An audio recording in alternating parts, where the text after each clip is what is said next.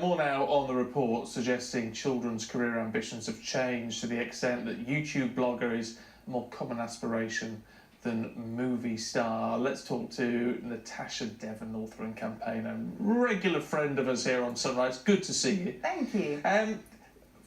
This whole vlogger actor thing, to start with, that's catching the headlines.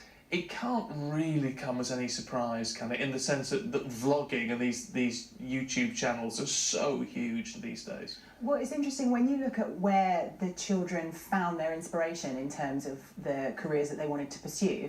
It was either people that they knew, so their family and friends or their teachers, or it was through media. And of course, because online media is so much more prevalent, they're looking at people like Zoella and thinking that that's a viable career path. What about the gender discrepancy? Because obviously we've focused a lot on that in our report. To me, that is one of the most important issues. It is, because it didn't differ that much according to kind of things like socioeconomic background or where they lived in the UK. They're pretty standardised across those. Where you saw the really big discrepancy was between girls and boys. A lot more girls wanted to be teachers, and there's a real dearth of teachers, particularly in primary age children.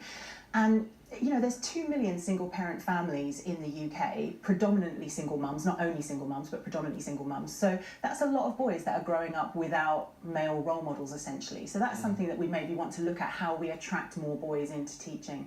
The list for girls was also shorter, which I thought was telling, that they just felt that there was less that they could pursue. Really? Yeah.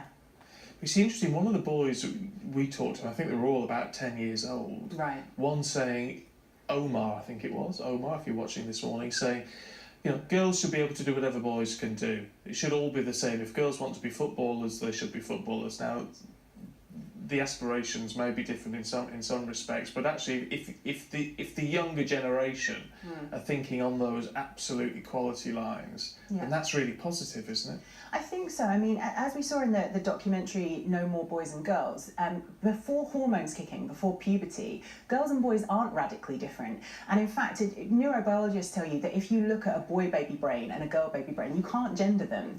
What we do, though, is we do have a kind of unconscious gender bias, and we encourage girls, I don't think knowingly, but we encourage girls towards more emotional, caring, talkative type activities, and boys towards more physical activities. Yeah, that would explain then something perhaps like, I think it was 4 times as many girls want to be vets, right, and things, which obviously is a very caring profession. Yeah, and you know, we're looking at a future where, you know, these children won't be going into the workplace for another 8 years at least. We don't know what that future is going to look like necessarily. So their best bet is to try and look at a profession that a robot could never do. And robots can't care for you, they can't be creative. So they want to look at creative professions like engineering, you know, things like that, where it can't be done automatically. What about, I mean, if we refer back to the internet, the online side of all this, people saying, I want to be a vlogger, all the social media issues, we hear all the time that can have, at least it's raising concerns about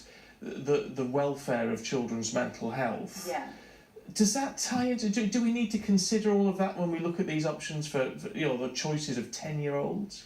I mean, the Children's Commissioner, Anne Longfield, actually said a couple of weeks ago that she thinks that primary age children should have compulsory digital literacy lessons, because it's such a confusing landscape for them a lot of the time, and one that their parents aren't familiar with. You know, when I was a child, there was nothing that I was going through that I couldn't ask my mum about because she'd done it. But now, because of the way social media has changed the world for young people, there's this big gap in understanding between them and their parents, which I think needs to be addressed, not necessarily by teachers, but it does need to be addressed.